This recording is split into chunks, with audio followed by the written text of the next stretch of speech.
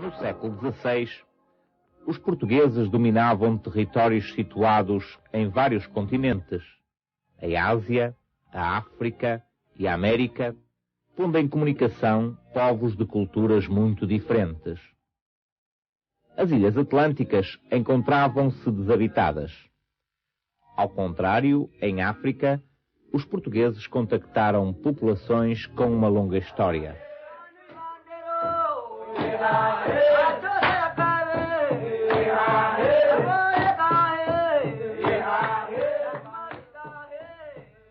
Do continente africano conheceram a costa seca e árida que constituía a orla do Saara. Este deserto era, no entanto, habitado. Locais com água e vegetação, os oásis, atraíam população nómada de pastores e mercadores. Caravanas de camelos transportavam até à costa mediterrânica o ouro produzido em regiões mais a sul do Saara. À medida que os portugueses avançavam ao longo da costa em direção ao sul, viam que a paisagem se ia modificando. A maior abundância de água proporcionava melhores condições de vida aos povos que aí viviam. Estes dedicavam-se à agricultura, à pesca e à caça, exploravam os recursos minerais, como o ouro e o cobre, e comerciavam entre si. Habitavam em aldeias e cidades, uns organizados em pequenas comunidades, outros em vastos reinos.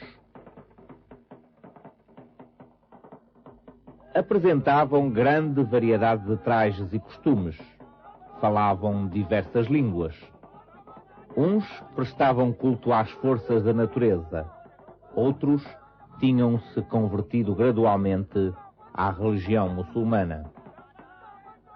Conflitos entre etnias conduziam por vezes a guerras de onde resultavam prisioneiros. Eram estes então reduzidos à condição de escravos. Os portugueses, através dos contactos com os africanos, procuravam atrair ao litoral os produtos que eles permutavam e que mais interessavam aos europeus: o ouro, o marfim, os escravos, a malagueta. Em troca, os portugueses levavam trigo dos Açores, tecidos, objetos diversos, armas, etc. Este comércio apoiava-se em algumas feitorias construídas junto das baías acolhedoras. Eram sobretudo entrepostos comerciais defendidos por fortalezas governadas por um capitão. Também abasteciam aí as armadas que demandavam a Índia e o Brasil. Na costa ocidental africana, as principais feitorias foram as de Arguim e da Mina. Na costa oriental, ergueram-se as feitorias de Sofala e de Moçambique.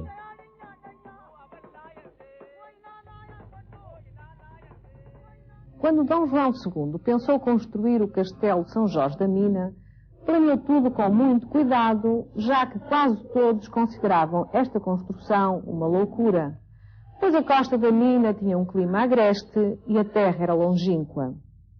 Vamos ver de que forma Luís Albuquerque, Ana Magalhães e Isabel Alçada nos contam este episódio da história.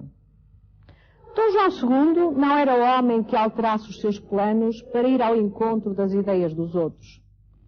As dificuldades também não o faziam recuar. Assim, decidiu levar a sua avante. Era necessário executar a obra com rapidez. Para evitar demoras, teve uma ideia realmente moderna: enviar portas, janelas, cunhais de pedra e torres já talhados e prontos.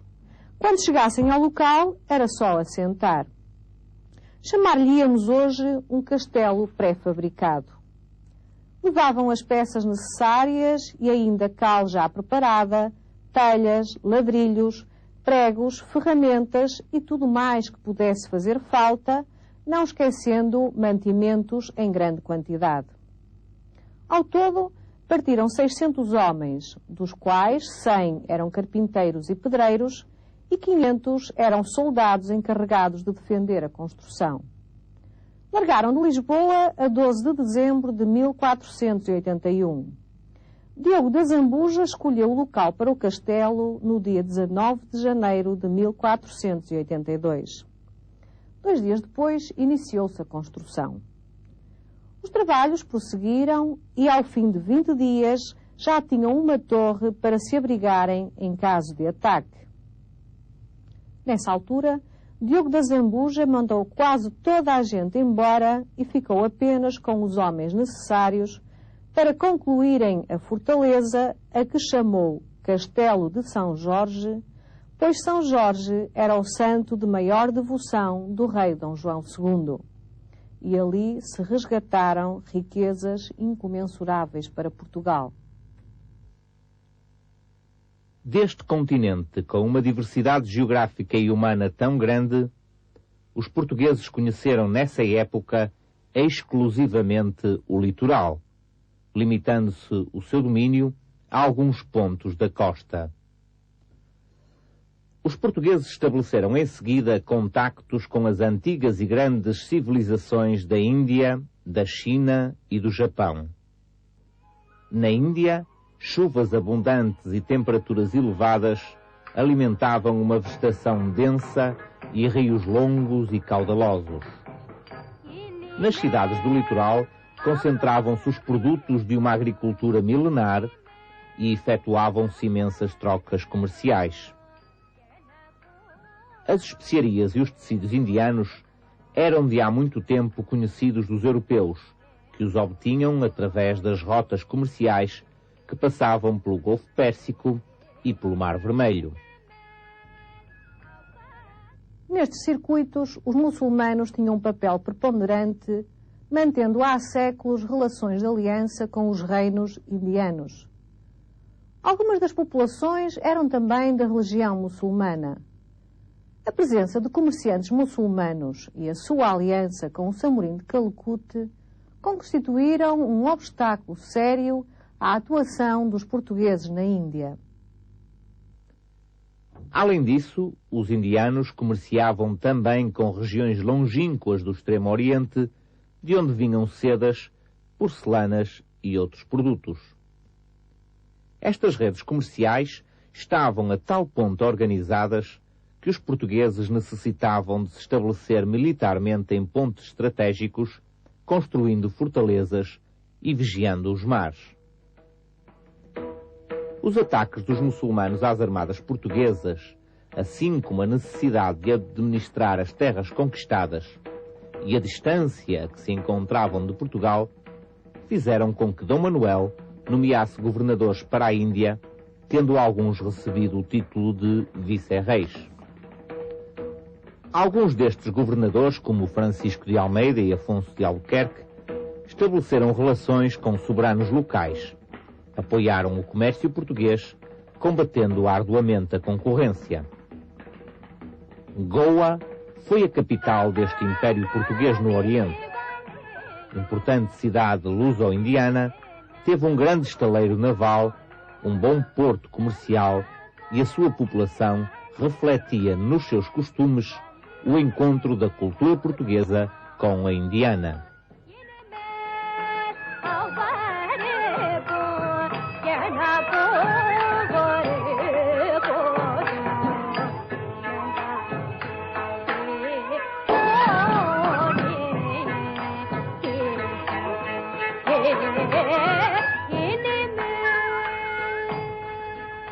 No Extremo Oriente, os portugueses foram os primeiros europeus a conseguir comerciar diretamente com a China e com o Japão. Mas o estabelecimento dessas relações não foi fácil. De tal forma, os chineses não gostavam de nós, que na porta da cidade de Cantão foi afixado um letreiro dizendo o seguinte: proibida a entrada a homens pálidos, de longas barbas e grandes olhos. Apesar destes problemas, portugueses e chineses estabeleceram relações comerciais duradouras através de feitorias.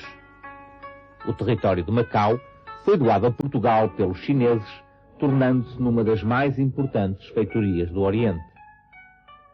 Quanto ao Japão, os portugueses introduziram nessa região produtos europeus e serviram de intermediários entre esta e outras regiões da Ásia.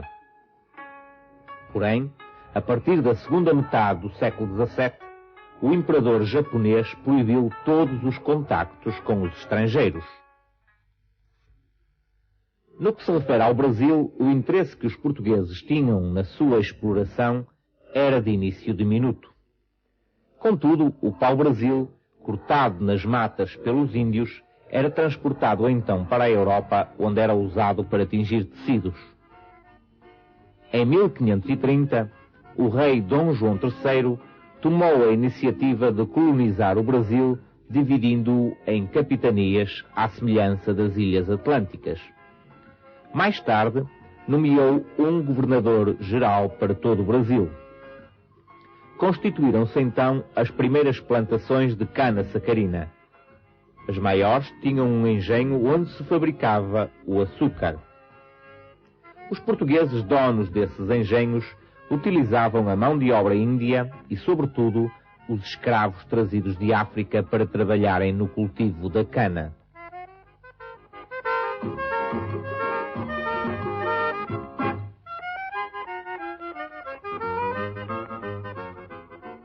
Como vimos, durante os séculos XV e XVI, marinheiros, comerciantes, militares e missionários percorreram terras e mares longínquos, pondo em contacto povos e culturas que até aí se ignoravam. Nos territórios onde se instalavam colonos, como nas Ilhas Atlânticas, em Goa e no Brasil, criaram sociedades que falavam português, adotavam costumes europeus e seguiam a religião cristã. As suas viagens frequentes permitiram a troca de muitos produtos, sendo possível difundir entre os continentes plantas, animais, objetos, técnicas.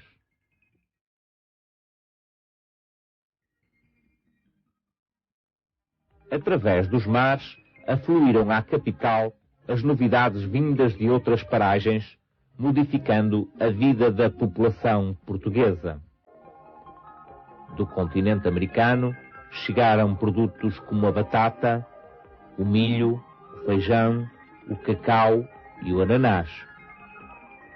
Da África, chegaram a banana, o café, a malagueta. E da Ásia, as especiarias, o chá e o coco. Lisboa, situada junto do estuário do Tejo, porta aberta para o Atlântico, via de transporte e comunicação essencial, foi no século XVI o porto de chegada e saída de navios que, cruzando os oceanos, traziam a Portugal sinais de todo o mundo.